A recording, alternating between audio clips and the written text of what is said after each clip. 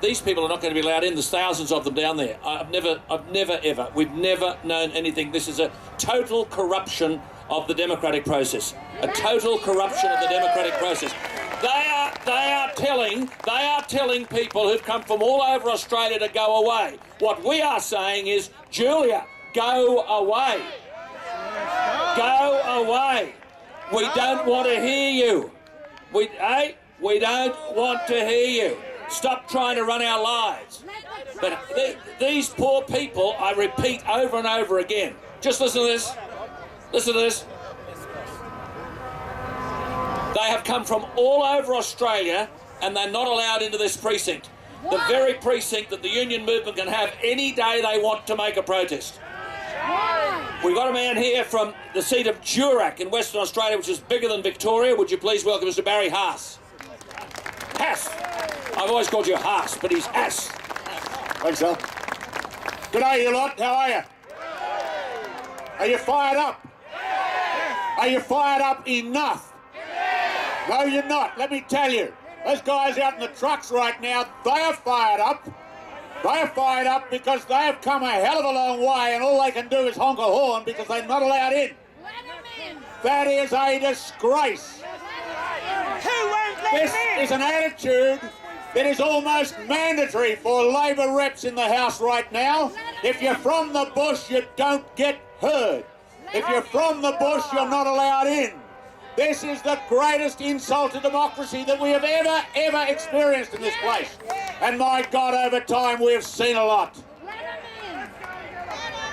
There is here today in front of me but a handful representing the real anger that's being felt around Australia right now. I come from, as Alan said, Durach electorate. Durach is an electorate that is 63% of Western Australia, about 25% of Australia, and that 25% of Australia has but one voice in federal parliament, and that is me, one of 150. And that's how democracy works in this country, because representatives represent people, not area. So if you come from a long way away and you come from a sparsely populated area of Australia, you are underrepresented because, for instance, I represent 25% of the nation area-wise and just 1/150th of the population. That's the starting point for our form of democracy, and then we have it worked on by this rotten government who, when my people do get moving and drive across Australia, you can't find a further part away than Broome. Broome to Canberra is about as far as you can go. So when you come all this way to be denied access to the front of Parliament House, that is something that you must tell everyone. You must tell everyone what you've experienced here today. Let them in. There ought to be a shamefaced Prime Minister out here right now apologising to you for the shoddy welcome she's given you here in Canberra. Do we understand why she's not out here apologising to you? Because she is frightened of you. She is frightened of the democratic process today because she knows if she went to the polls, she would lose. I suspect she'd be battling to hold her own seat. She is so impossibly unpopular. I have never, ever seen a Prime Minister of this country less popular. There is no one I can recall that was so toxic in the minds of the Australian people right across this land. Julia Gillard brings disgrace on all of us by holding the position of Prime Minister. Somebody said early in the day that Australia had an international reputation of being truthful, telling it like it is, great reputation, good, moderate people with a rational point of view. Well, Julia has done so much to trash that reputation, it will take years for us to get it back, and that's when we start from the point when we have a democratic election, so as you people can get a government that you want that will consider what you want. We have seen such a string of mistakes made by this administration since it came into being. The last straw for so many of us across Australia, especially Northern Australia, was the cancellation of the livestock trade export. It was the thing that catalysed, was an unintended pun, it was the catalyst for action across Northern Australia. My people from Durach turned out at rally after rally, and I was very, very proud of them. We have convinced this government now to try and make amends with that industry. They have said, yes, we will issue export licences. What they overlooked in their gross stupidity was the fact that they have tried to trash the reputation of our nearest neighbour and trading partner as well.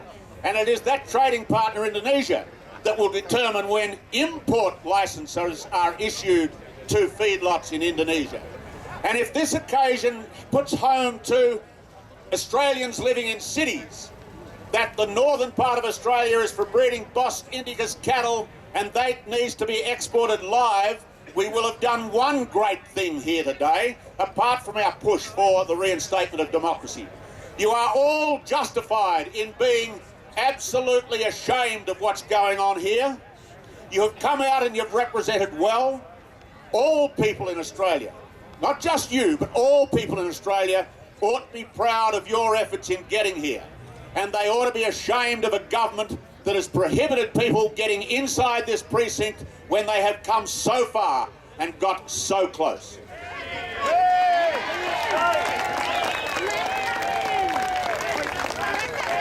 Never, ever, ever underestimate the power of people. Democracy has done some wonderful things over time, even though it's an unwieldy tool. Right now, we are suffering one of the worst aspects of democracy. We are being held to ransom by the vote of a handful of elected representatives in the House.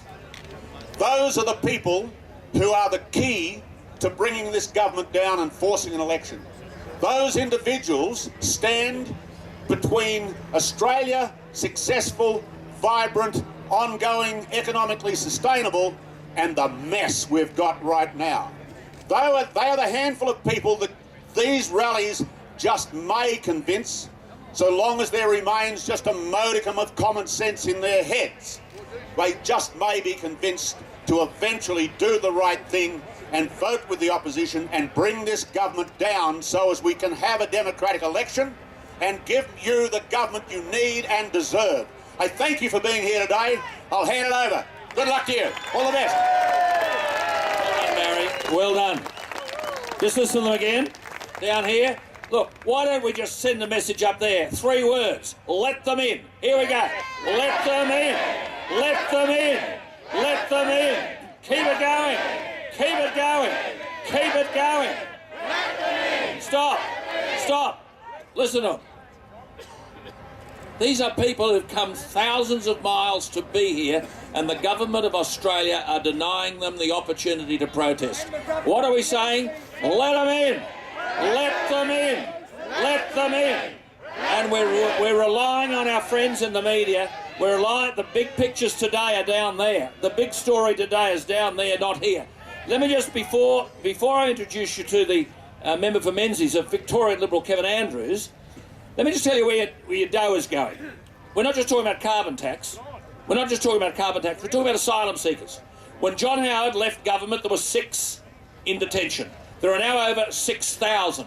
The boat that just arrived is the 99th boat since Julia Gillard became Prime Minister, since Kevin Rudd became Prime Minister. It's the 238th. And there are 6,000 people now in detention. There are a whole host of them at Christmas Island waiting in the delivery reception lounge for the High Court to adjudicate today. But let me tell you this. There was a charter flight on the 20th and 21st of April which flew asylum seekers from Christmas Island to Adelaide and Melbourne. A charter flight flew asylum seekers from Christmas Island to Adelaide and Melbourne. Your money paid for it.